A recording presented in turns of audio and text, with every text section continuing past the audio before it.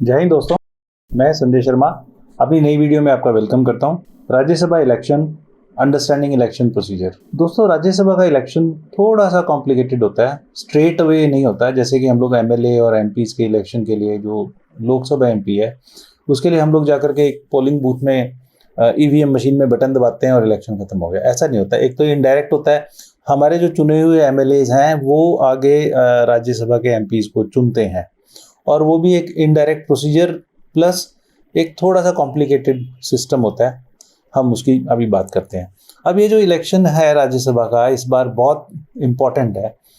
देखिए, ये कुछ न्यूज़पेपर की कटिंग है ऑनलाइन जो मैंने इसमें लगाई है। हर जगह पे कुछ ना कुछ इशू चल रहा है, और थोड़ी सी जैसे कि Rajya Sabha election tight rope walk for Congress. तो ऐसा क्यों है और क्या चीज़ है, क्यों आजकल हेडलाइंस बने हुए हैं न्यूज़पेपर्स की राज्यसभा इलेक्शन। दोस्तों, दो चीज़ें हैं। एक तो 57 राज्यसभा सीटों के लिए इलेक्शन हो रहा है, 15 स्टेट्स में हो रहा है, 10 जून को होगा। लेकिन उससे ज़्यादा इम्पॉर्टेंट बात यह है कि जुलाई में हमारे प्रेसिडेंशियल इलेक्शन होने हैं। जो जुलाई में प्रेसिडेंशियल इलेक्शन होंगे उनमें प्रेसिडेंट के इलेक्शन में राज्यसभा एमपी, लोकसभा एमपी और इलेक्टेड एमएलए जो भी हैं दे पार्टिसिपेट। इसलिए ये सब बहुत इंपॉर्टेंट है। दोस्तों, हमारा जो इंडियन लेजिस्लेचर है, लेजिस्लेचर का मतलब होता है जो हमारे देश की कानून बनाते हैं, उसके 3 पार्ट हैं। एक है राज्यसभा, लोकसभा, प्रेसिडेंट। राज्यसभा में रेड कलर का कारपेट होता है, विच डिनोट्स सेक्रीफाइस एंड रॉयल्टी। और जो लोकसभा है उसमें ग्रीन है, जो ये बताता है कि हमारा जो कंट्री है वो एग्रेरियन है, खेती बाड़ी बेस्ड। और दूसरा, ग्रास रूट से लोग यहाँ पर चुन के आते हैं एमपीज। जो भी बिल, जो कानून बनना होता है, यहाँ दोनों सदनों में डिस्कस होता है, पारित होता है। उसके बाद जो उस बिल पे जब प्रेसिडेंट के साइन होते हैं तब वो एक्ट बनता है, कानून बनता है। ये प्रोसीजर सारा का सारा हमारे कॉन्स्टिट्यूशन ऑफ इंडिया में दिया हुआ है। हर चीज़, हमारा राजतंत्र सारा कॉन्स्टिट्यूशन ऑफ इंडिया के हिसाब से चलता है। दोस्तों, जो इलेक्शन की हम पार्ट करते हैं, तो पार्ट 15 ऑफ द कॉन्स्टिट्यूशन 324 से 329A आर्टिकल्स हमारे देश में इलेक्शंस और इलेक्शन कमीशन को गाइड करते हैं। इससे संबंधित जो भी कानून है वो कॉन्स्टिट्यूशन के इस पार्ट से होते हैं। अब हम बात करेंगे इलेक्शन ऑफ प्रेसिडेंट। आर्टिकल 54 में क्या है। प्रेसिडेंट जो है वो एक इलेक्टोरल कॉलेज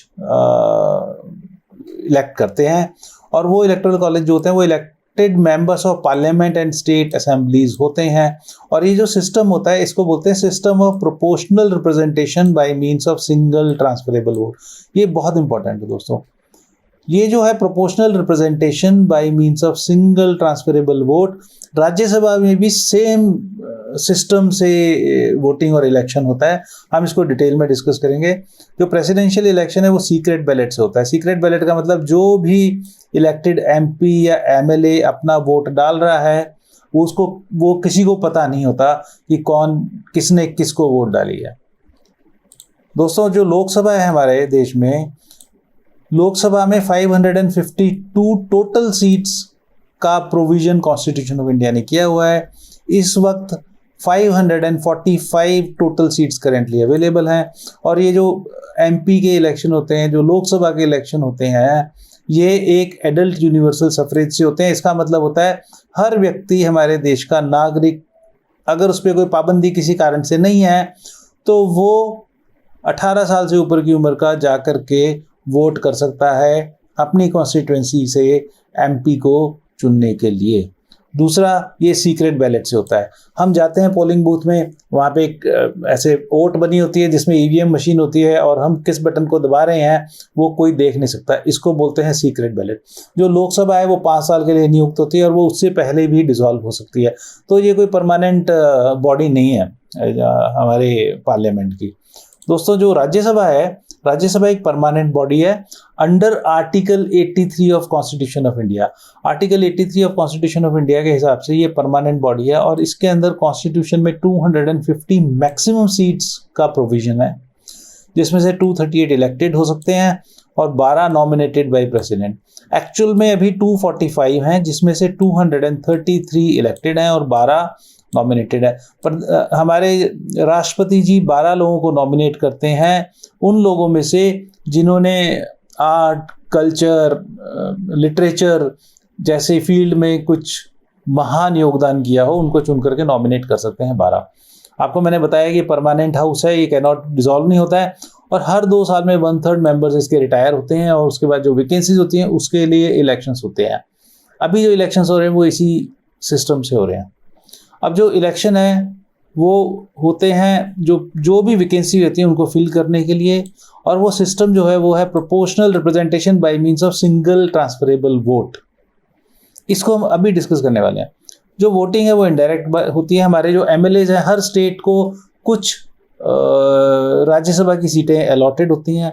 उन सीटों में जब भी वैकेंसी आती है उस राज्य के इलेक्टेड एमएलएज उसमें वोटिंग करके इस सिस्टम के तहत और राज्यसभा के कैंडिडेट्स को जिताते हैं। लेकिन दोस्तों, जो राज्यसभा का वोटिंग प्रोसेस है ये ओपन बैलेट सिस्टम होता है। मैंने अभी तक बताया था कि सीक्रेट बैलेट होता है, राष्ट्रपति जी का भी सीक्रेट बैलेट होता है। हम लोग जो एमएलए और एमपीज जैसे लोकसभा के लिए लोगों को वोट डालते हैं वो सारी सीक्रेट बैलेट होती है, लेकिन राज्यसभा में ओपन बैलेट होता है ताकि हॉर्स ट्रेडिंग ना हो। बेसिकली उसका ये रीज़न है। अब दोस्तों क्या होता है कि proportional representation through single transferable vote में सिस्टम क्या है, हम उसको समझते हैं एक एग्जाम्पल लेकर के। हरियाणा में 90 असेंबली सीट्स हैं, मतलब 90 एमएलएज हैं। राज्यसभा की 5 सीटें अलॉटेड हैं टोटल, उनमें से 2 की वैकेंसी है। अब इसमें से हम कैसे कैलकुलेट करते हैं अभी कितने वोट मिलने चाहिए और कैसे मिलने चाहिए, तो हम एक कोटा डिसाइड करते हैं इसमें। मतलब ये सब कॉन्स्टिट्यूशन में दिया हुआ है, इलेक्शन में दिया हुआ है कि कैसे इलेक्शन रूल्स बनेंगे। तो 90 जो सीट्स हैं असेंबली की 90, इट इज़ मल्टीप्लाइड बाई 100, तो ये हो गया 9000, और इसको हम डिवाइड करते हैं 2 नंबर ऑफ वैकेंसीज, मतलब जितनी सीट वैकेंट है उससे प्लस उसके अंदर 1 ऐड कर देते हैं, तो 2 + 1 हो गया 3। 9000 डिवाइडेड बाई 3 होता है 3000, और उसके अंदर 1 ऐड कर देते हैं तो ये हो जाता है 3001। जिस भी कैंडिडेट को 3001 वोटें मिल जाएंगी वो जीत जाएगा। और 3001 को अगर हम 100 से डिवाइड करते हैं एक जनरली समझने के लिए, तो किसी भी कैंडिडेट को 30 एमएलएज का सपोर्ट अगर मिल जाता है फर्स्ट प्रेफरेंस पे, वो विन कर जाएगा। अब हम ये समझते हैं कि जो proportional representation single transferable vote क्या चीज़ है। दोस्तों, हम लोग जब वोट करने जाते हैं तो ईवीएम में एक बटन दबाते हैं और हमारा जो हमने जिसको वोट दिया वो उसमें सील हो जाता है। उसके बाद में जब काउंटिंग होती है तो एक कॉन्स्टिट्यूएंसी के सारे ईवीएम्स में जितनी भी वोट्स पड़ी हैं उन सबको काउंट किया जाता है और देखा जाता है कि किस किस कैंडिडेट को कितने वोट्स मिले हैं।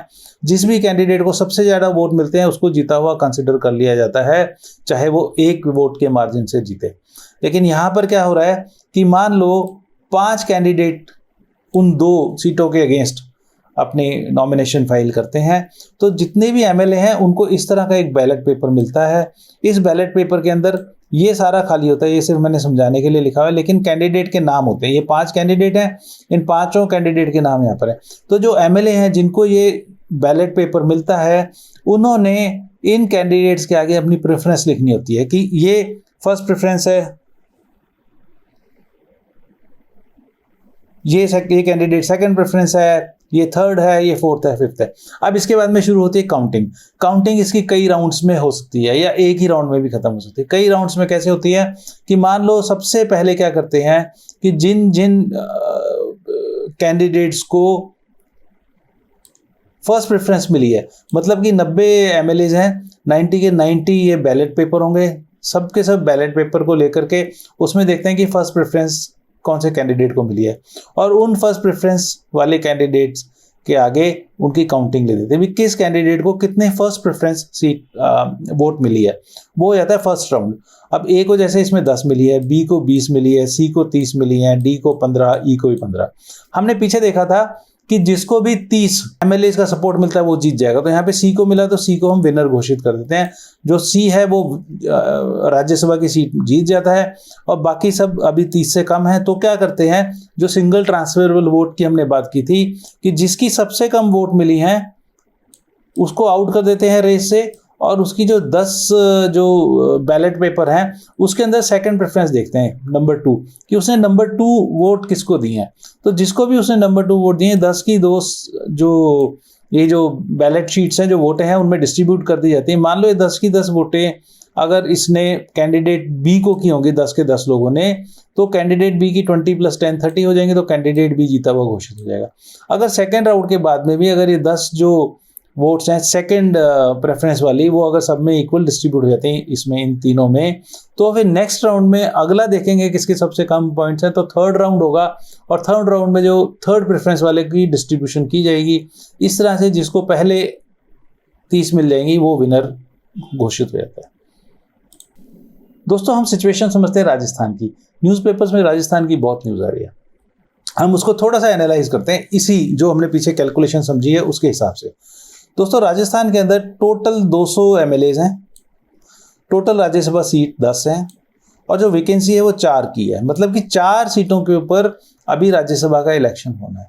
तो हम इसका कोटा निकालते हैं, तो कोटा क्या है कि 200/4 + 1, तो ये करेंगे तो 200/5, तो 5 4 = 20, 40 + 1 41, तो 41 का कोटा है। मतलब कि जब भी काउंटिंग होगी फर्स्ट राउंड की काउंटिंग, जिसको भी 41 सीटें मिल जाएंगी, 41 एमएलए का सपोर्ट मिल जाएगा, वो विनर हो जाएगा। सो कैंडिडेट को 41 चाहिए जीतने के लिए। रूलिंग कांग्रेस के पास में 108 सीट हैं, मतलब कि रूलिंग कांग्रेस के 108 अपने एमएलए हैं, तो 41 × 2 करो 82। इसका मतलब कांग्रेस पार्टी 2 कैंडिडेट्स बड़े आराम से जीत सकती है। अब असली लड़ाई है तीसरे कैंडिडेट की, क्योंकि उन्होंने 3 अपने कैंडिडेट फाइल किए हैं। तीसरे कैंडिडेट को भी अगर 41 देते हो तो 123 उसको वोट चाहिए, उसके अपने हैं 108। अब ऐसा माना जा रहा है कि वहाँ पे कुछ इंडिपेंडेंट एमएलएज हैं, जिसके कारण कांग्रेस के पास में 125 एमएलएज का सपोर्ट हो जाता है, तो वो बड़े आराम से 123 वोट लेकर के अपने तीनों कैंडिडेट्स को राज्यसभा में पहुंचा सकते हैं। तो जो सारा इशू वहाँ चल रहा है कि 1-2 का कोई इशू नहीं है, तीसरी सीट के लिए इशू है कि कहीं कोई क्रॉस वोटिंग हो जाए या इंडिपेंडेंट एमएलएज किसी और को वोट डाल दें, तो उस केस में क्या हुआ, उनकी तीसरी सीट के लिए खतरा हो सकता है। एक और दोस्तों बात कि ये ओपन बैलेट से होता है, मैंने आपको बताया था ओपन बैलेट कि ये राज्यसभा के ओपन बैलेट से होता है। मतलब क्या हुआ कि हम लोगों की, मैंने आपको समझाया था कि सीक्रेट बैलेट से होती है, यहाँ पर ये बैलेट बॉक्स है, तो जो भी पोलिंग बूथ बना हुआ है, जिस भी रूम में वोटें डलेंगी, एमएलएज वहाँ जाएंगे अपना बैलेट पेपर लेकर के। हर पार्टी ने अपना एक कैंडिडेट, एक रिप्रेजेंटेटिव वहाँ बिठाया होता है, और उस रिप्रेजेंटेटिव को जो भी कैंडिडेट वोट इसमें डालेगा, उससे पहले वो इस कैंडिडेट को अपने प्रेफरेंसेस दिखाएगा। इसको बोलते हैं ओपन बैलेट। उसको अपनी पार्टी के रिप्रेजेंटेटिव को दिखाना जरूरी है इसमें डालने से पहले, and he can record this. दोस्तों अब ये जो रूल है, ये है रूल 39A सब रूल 628 ऑफ इलेक्शन रूल्स 1961 के अंडर। इन केस कोई एमएलए इसको अपनी बैलेट शीट दिखाने से मना कर देता है, तो उस बैलेट को, उस वोट को कैंसिल माना जाता है। ये तो हो गए पार्टी के एमएलएज की बात। अब बहुत सारे इंडिपेंडेंट एमएलएज होते हैं। जो इंडिपेंडेंट एमएलएज होते हैं उनको अपना बैलेट किसी को दिखाना नहीं होता। जब वो अपना बैलेट शीट किसी को भी नहीं दिखाएंगे, अगर उन्होंने दिखाया तो उनका कैंसिल हो जाएगा, उन्होंने दिखाना नहीं होता और इसमें डालना होता है, तो वो जो है उससे क्या होता है, रिप्रेजेंटेटिव्स को ये नहीं पता चलता कि इंडिपेंडेंट कैंडिडेट्स ने किसको वोट डाला। दोस्तों ये इंडिपेंडेंट बैलेट होता है। और जो हमने बात की थी, election through a system of proportional representation by single transferable vote का ये प्रोसीजर होता है। इस वजह से ये सारे के सारे इतने हेडलाइंस बन रहे हैं। दोस्तों उम्मीद करता हूँ आपको पसंद आई होगी वीडियो। पसंद आई हो तो प्लीज़ सब्सक्राइब करिए और इसको फॉरवर्ड करिए, लाइक करिए। जय हिंद।